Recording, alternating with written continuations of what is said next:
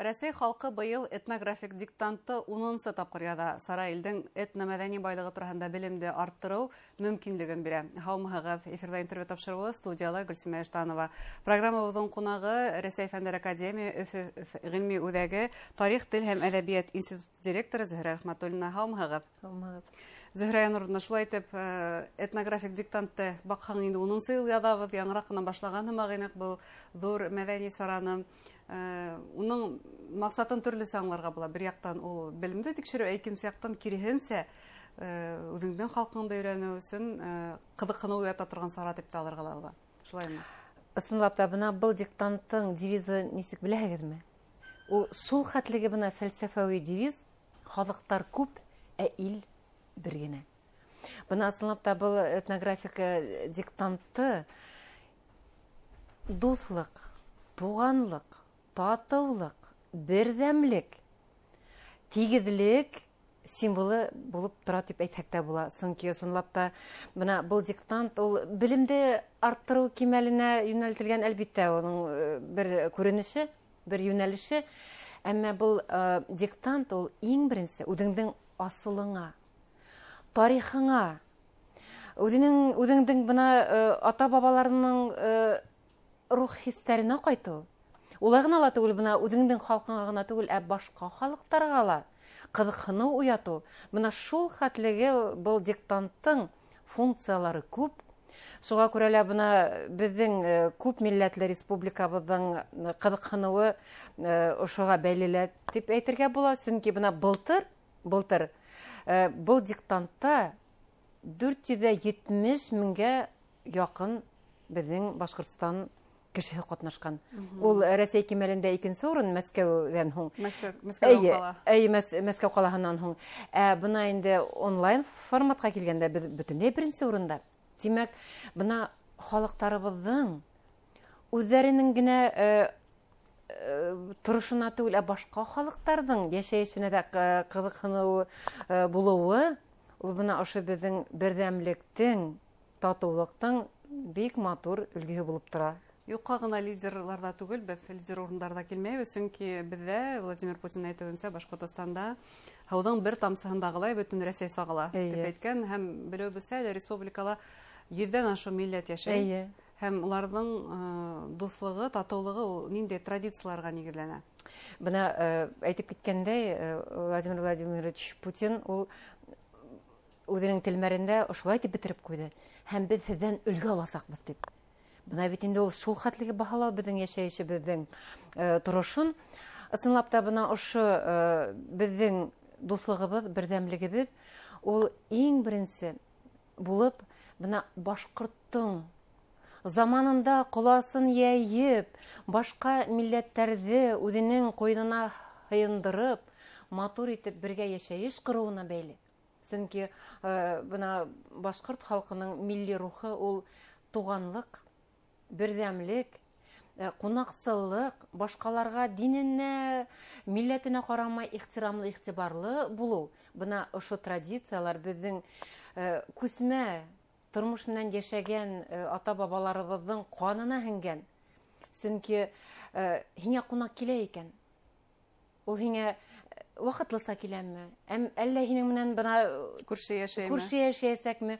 Бына ошо традициялар, улар һәр вакытта башкорт халкының яшәешенең төп хыдаты, төп принципы булган. Улай гына ла түгел, башка халыктарга ла бына ошо принцип күскән бит инде. Шуңа күрә лә бына минем хатта фәлсәфәви бер терминым бар. Башкортстандың ошо мәдәнияттәр, телдәр, диндәр, милләттәр диалогы Рәсәй кимәлендә бына ошо бердәмлектең идеаль тибы булып тора. Модель. Бына ниндидер өлгү. Һәм башка региондар бына безнең яшәешебезгә карап, үзләренең яшәешләрен нисектер оештыра ала. Чөнки әйтеп киткәндәй, бына бездәге милли укыту тәҗрибәһе ул региондарда гына түгел, Рәсәйнең, хатта дөнья кимәлендә башка илләрдә юк. Мына 6 телдә укытып карале. 6 туган теле укытыла. 6 туган теле укытыла. Республика басмалары нисә генә телдә сыкмай. Ысынлап та, милли театрдар, милли ижади коллективтар, улар бына бөтен бер регионда ла ундай тәҗрибә юк. Тарихи мәдәни үзәктәр дә байтак кына асылда. Байтак безнең әйткәндәй бына үзебезнең республикала 40-тан ашу төрле милли мәдәни үзәктәр эшләп килә бит инде.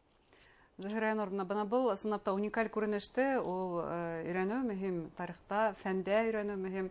Гомумән республика халыкларының тарихы, мәдәнияте безнең галимнәр тарафыннан ничек өйрәнелә?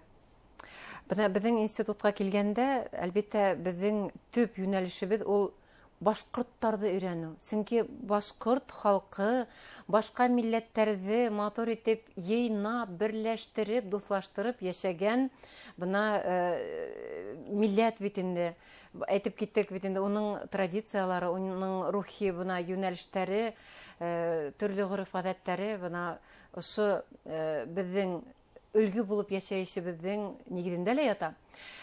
Безнең институт галимнәре башкорт халкының тарихын, мәдәниятен, телен, әдәбиятен, фольклорын, шулай ук бына этнографияны ныклап төптән өйрәнә торган бердән-бер федераль кимәлдәге фәнни оешма. Без Россия кимәлендә генә түгел, башка илдәрдә лә бик яхшы беләләр. Безнең шул хәтлеге бына гыйльми дустарыбыз күп. Сит яктарда. Чөнки бездә булган, безнең институтта тупланган тәҗрибәләр, төрле байлыктар да, улар бик күп фәнни үзәктәрдә юк. Бына бер туктагыз бездә фәнни конференциялар узып тора бит инде. Бына гуманитар фән, уның бына шундый бер матур мөмкинлекләре бар, мөмкинлеге бар.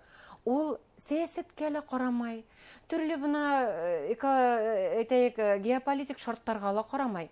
Гуманитар фән башка фәндәрне, башка илдәрне берләштерү көсенә ия. Чөнки сынлап та рух, мәдәният ул бүгенге көндә халыкларны яраштыра, дуслаштыра, уртак проблемаларны бергә утырып караштыра торган, хәл итә торган даирә. Шуңа күрә лә бына безнең институт галимнәре, улар сит илдәрдә лә бик нык бына танылу алган.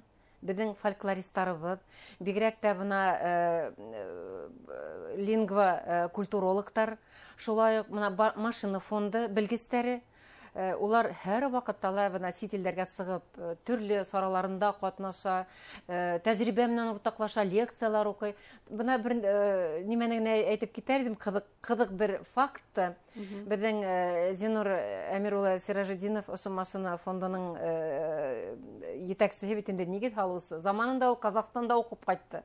Аспирантурала бына ошо технологияларга өйрәнеп. Елдар үтте. Машина фонды бездә күптән эшләп килә, ә Казакстанда һаман юк. Һәм менә безнең Зинур Әмировичты бер туктаугыз казак коллегаларыбыз сакыра, ул өйрәтергә тиеш ничек фондты булдырга. Бына шундый кызык хәлдәрдә килеп туа. Хәзер киләһенсә, үзе укыган якка барып, ул тәҗрибә уртаклаша өйрәтә тиңә була. Бына шундый безнең казаныштарыбыз бик күп. Бигрәк тә бына фольклор бүгенге көндә мин хатта аптырайм, бына сынлап та фольклорда шундый мәгънәләр, шундый мәдәни байлыктар, кыйммәттәр.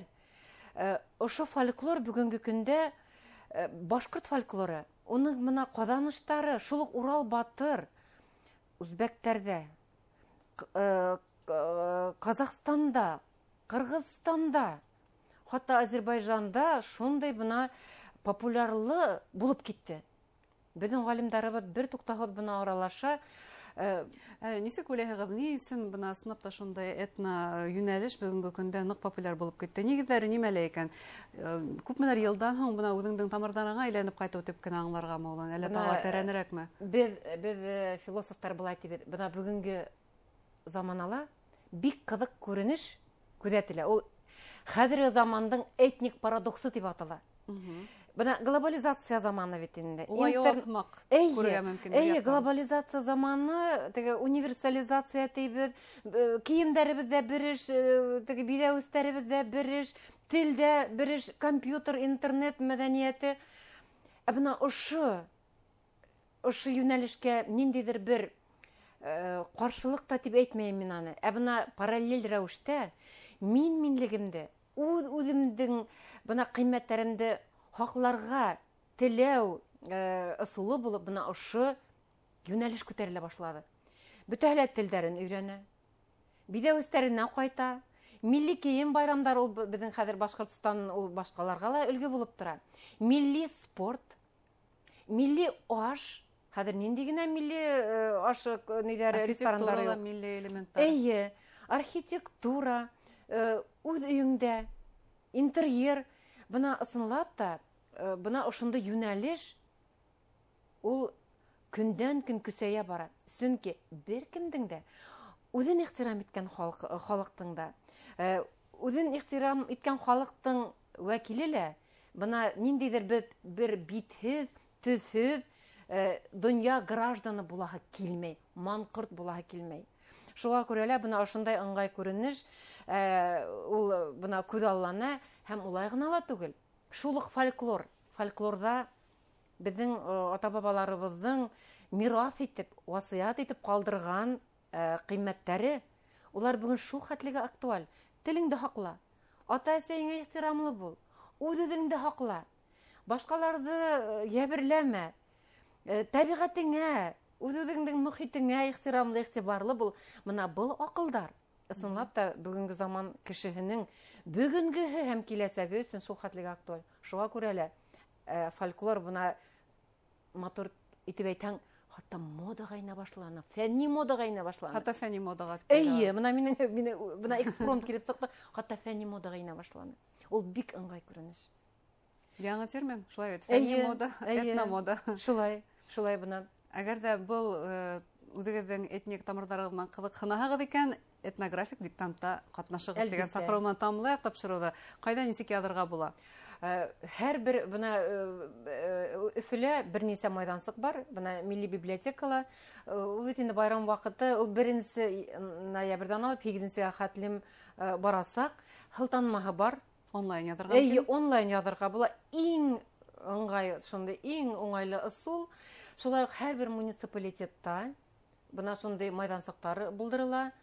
Һәм әлбиттә, бuna бездә бит инде шундый зур этнография, этнология бүлеге эшләп килә.